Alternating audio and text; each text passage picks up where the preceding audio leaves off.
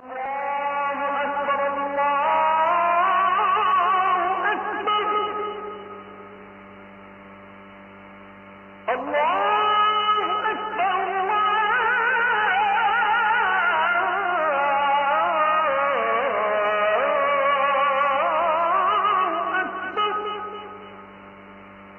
উত্তরের ভিত্তিতে এভাবে কি বলা যায়, যদি কেউ ইচ্ছা করে সুন্নত পালনে অবহেলা করে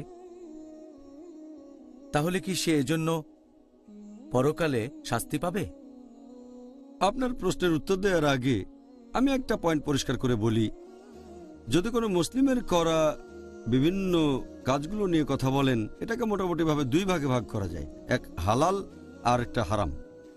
হালাল কাজগুলোর অনুমতি আছে আর হারাম হচ্ছে নিষিদ্ধ, যেগুলো করা যাবে না। এরপর হালাল কাজগুলোকে আবার চারটা ক্যাটাগরিতে ভাগ করা হয়েছে। প্রথমটা হচ্ছে ফরজ, যেটা বাধ্যতামূলক, যেটা আবশ্যিক।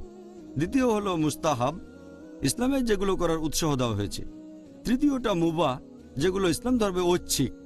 চতুর্থটা মাকরু, যে কাজগুলো ইসলামে অনুৎসাহিত করা হয়েছে, না করলে ভালো। তাহলে সব মিলিয়ে ক্যাটাগরি মোট পাঁচটা। এক নম্বর হচ্ছে ফরজ, যেগুলো বাধ্যতামূলক বা আবশ্যিক। দুই নম্বর হচ্ছে মুস্তাহাব, যে কাজে উৎসাহ দেওয়া হয়েছে। তৃতীয়টা হচ্ছে মুবাহ, যেগুলো ঐচ্ছিক। চতুর্থটা মাকরু, যেগুলো ইসলাম ধর্মে নিরুৎসাহিত করা হয়েছে। 5 নম্বর হচ্ছে হারাম, যেগুলো ইসলাম ধর্মে নিষিদ্ধ। এখন কেউ যদি কোনো ফরজ কাজ করে যেটা বাধ্যতামূলক, এজন্য সে পুরস্কার পাবে, তার মানে পজিটিভ পয়েন্ট পাবে। যদি কেউ ফরজ কাজগুলো না করে সেজন্য সে শাস্তি পাবে, নেগেটিভ পয়েন্ট পাবে। এরপর দ্বিতীয় ক্যাটাগরির কথা যদি বলি, মুস্তাহাব। কেউ যদি কোনো মুস্তাহাব কাজ করে সে পুরস্কার পাবে, পজিটিভ পয়েন্ট পাবে। তবে যদি কেউ মুস্তাহাব কাজগুলো না করে সে কোনো শাস্তি পাবে না, নেগেটিভ পয়েন্টও পাবে না। তৃতীয় ক্যাটাগরি মুবাহ, মানে ঐচ্ছিক। এখন কেউ এই মুবাহ কাজগুলো করুক বা না করুক, ঐচ্ছিক কাজগুলো করুক বা না করুক, এজন্য পজিটিভ পয়েন্ট বা নেগেটিভ পয়েন্ট পাবে না, এজন্য পুরস্কার পাবে না, কোনো শাস্তিও পাবে না। এটা পুরোপুরি নিউট্রাল, এটা ঐচ্ছিক। চতুর্থ ক্যাটাগরি হচ্ছে মাকরু, যে কাজগুলো না করলে ভালো। যদি কেউ মাকরু কাজগুলো থেকে বিরত থাকে সে পজিটিভ পয়েন্ট পাবে, পুরস্কার পাবে। আর যদি কেউ মাকরু কাজগুলো করে সে কোনো শাস্তি পাবে না, নেগেটিভ পয়েন্ট পাবে না। এরপর যদি শেষ ক্যাটাগরির কথা বলতে হয়, অর্থাৎ হারাম, যেটা নিষিদ্ধ। কেউ যদি নিজেকে হারাম কাজ থেকে বিরত রাখে তাহলে সে পজিটিভ পয়েন্ট পাবে, পুরস্কার পাবে। যদি হারাম কাজ করে তাহলে শাস্তি পাবে, নেগেটিভ পয়েন্ট পাবে। এই হলো সংক্ষেপে ইসলাম ধর্মে 5টা ক্যাটাগরির কাজ। এবারে সুন্নার ব্যাপারটা নিয়ে বলি। সুন্না হচ্ছে 2 প্রকার। প্রথমটা হচ্ছে লুগুই সুন্না, অর্থাৎ সুন্নার আবিধানিক অর্থ, নবী যা বলেছেন করেছেন আর যা সম্মতি দিয়েছেন। তাহলে সুন্নত যদি হয় লুগুই, তার মানে যদি সুন্নতের শাব্দিক অর্থ নেন, এই প্রথম 4টার একটাতে পড়বে। এমনও হতে পারে যে এই সুন্নতটা ফরজ, অথবা হতে পারে মুস্তাহাব, অথবা হতে পারে মুবাহ, কিংবা হতে পারে মাকরু। তাহলে সুন্নার শাব্দিক অর্থ সেটা 4টা ক্যাটাগরি যে কোনো একটাতে পড়তে পারে। যেমন ধরেন, যে সুন্নাহ ফরজ ক্যাটাগরিতে পড়ে, মুহাম্মদ সাল্লাল্লাহু আলাইহি ওয়াসাল্লাম ফরজ নামাজ পড়েছেন, জোহরের নামাজ পড়েছেন, তিনি 5 ওয়াক্ত নামাজে সবগুলোই পড়েছেন। এগুলো আমাদের নবীর করা কাজ, নবী কথা বলেছেন, তবে এটা পড়বে ফরজ ক্যাটাগরিতে। এরপর সেই সুন্নত মুস্তাহাব হবে, যে নবী তিনি ফজরের নামাজের আগে 2 রাকাত সুন্নত নামাজ পড়েছেন। ফজরের নামাজের আগে 2 রাকাত সুন্নত, এটা হচ্ছে মুস্তাহাব, উৎসাহিত করা হয়েছে। এটা দ্বিতীয় ক্যাটাগরি। তৃতীয় ক্যাটাগরি মানে মুবাহ, যে মুহাম্মদ সাল্লাল্লাহু আলাইহি সাল্লামের লম্বা চুল ছিল, এটা ঐচ্ছিক, চাইলে লম্বা চুল রাখতে পারেন, এটা অপশনাল, এটার অনুমতি আছে। এরপর 4 নম্বর ক্যাটাগরি মানে মাকরু। লোকে হয়তো বলবে, নবী কি এমন কিছু করবেন যা মাকরু? তারা অবাক হয়ে যাবে, ডক্টর জাকির কি বলছে? নবীর সুন্নত কি মাকরু হতে পারে? আমি একটা উদাহরণ দিচ্ছি। একটা হাদিস বলছে যে নবী মুহাম্মদ সাল্লাল্লাহু আলাইহি সাল্লাম বলেছেন যে তোমরা দাঁড়িয়ে কিছু পান করো না। দাঁড়িয়ে কিছু পান করা এটা মাকরু। ঠিক, তাহলে মুস্তাহাব হচ্ছে বসে পান করা। কিন্তু আরেকটা হাদিস বলছে যে নবী দাঁড়িয়ে পানি পান করলেন, হয়তো কোনো কারণ ছিল সেজন্য করেছিলেন। তাহলে দাঁড়িয়ে পান করা মাকরু আর বসে পান করা মুস্তাহাব। দাঁড়িয়ে পান করাকে নিরুৎসাহিত করা হয়েছে আর বসে পান করাকে উৎসাহ দেওয়া হয়েছে। তবে কিছু কিছু সময়ে হয়তো পরিস্থিতি আলাদা ছিল, এটা প্রয়োজন ছিল। আমাদের নবী মাঝে মধ্যে এমন কিছু কাজ করেছেন যেগুলো মাকরু। তাহলে এগুলো সে ধরনের সুন্নাহ যেগুলো মাকরু লুগুই মতে, ফিকা মতে না। এ ব্যাপারে পরে বলছি, না হলে লোকে বলবে ডক্টর জাকির কি বলছেন, নবীর কাজ কখনো মাকরু হতে পারে না, লুগুই মতে হতে পারে, কারণ নবী এটা করেছেন, দাঁড়িয়ে পানি পান করেছেন। তবে সাধারণত স্বাভাবিক অবস্থায় আর বেশিরভাগ সময় নবী বসে পানি পান করেছেন, হয়তো প্রয়োজনের খাতিরে। তবে কেউ যদি মাকরু কোনো কাজ করে এজন্য কোনো নেগেটিভ পয়েন্ট পাবে না, কোনো শাস্তি পাবে না। নবী কোনো শাস্তি পাননি, তবে কোনো পুরস্কারও সে পাবে না।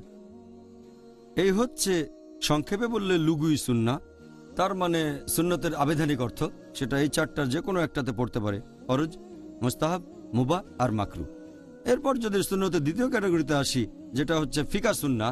সাধারণত আমরা যখন সুন্নতের কথা বলি তখন ধরে নেওয়া হয় এটা হচ্ছে ফিকা সুন্নাহ, তার মানে ফিকা আর রাসূলের সুন্নাহ যখন সুন্নতের কথা বলি এটা, অর্থাৎ দ্বিতীয় ক্যাটাগরিটা হচ্ছে মুস্তাহাব।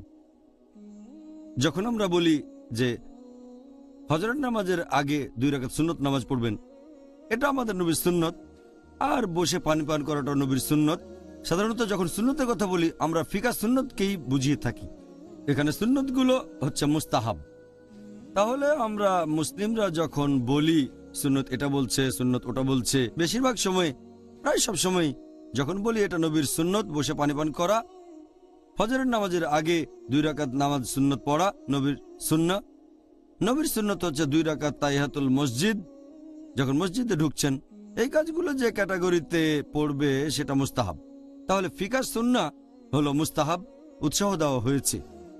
আর এই 5টা ক্যাটাগরিতেই ফরজ, মুস্তাহাব, মুবাহ, মাকরু আর হারাম কাজের মধ্যে আছে সাব ক্যাটাগরি।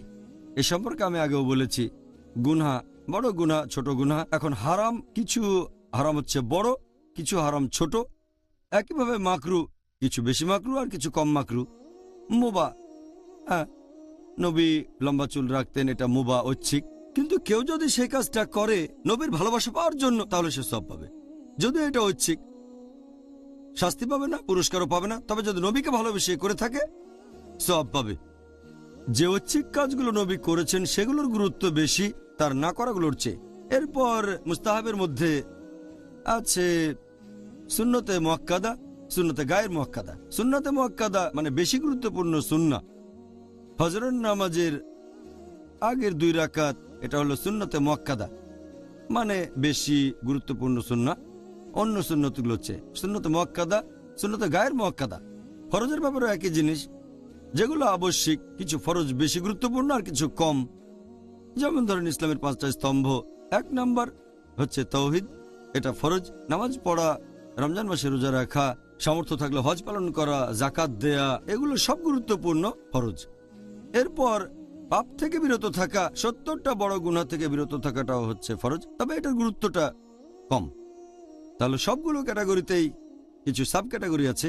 এবারে আপনার প্রশ্নতে আসি যে সে কি শাস্তি পাবে যদি কেউ ইচ্ছাকৃতভাবে নবীর সুন্নতগুলো পালন না করে?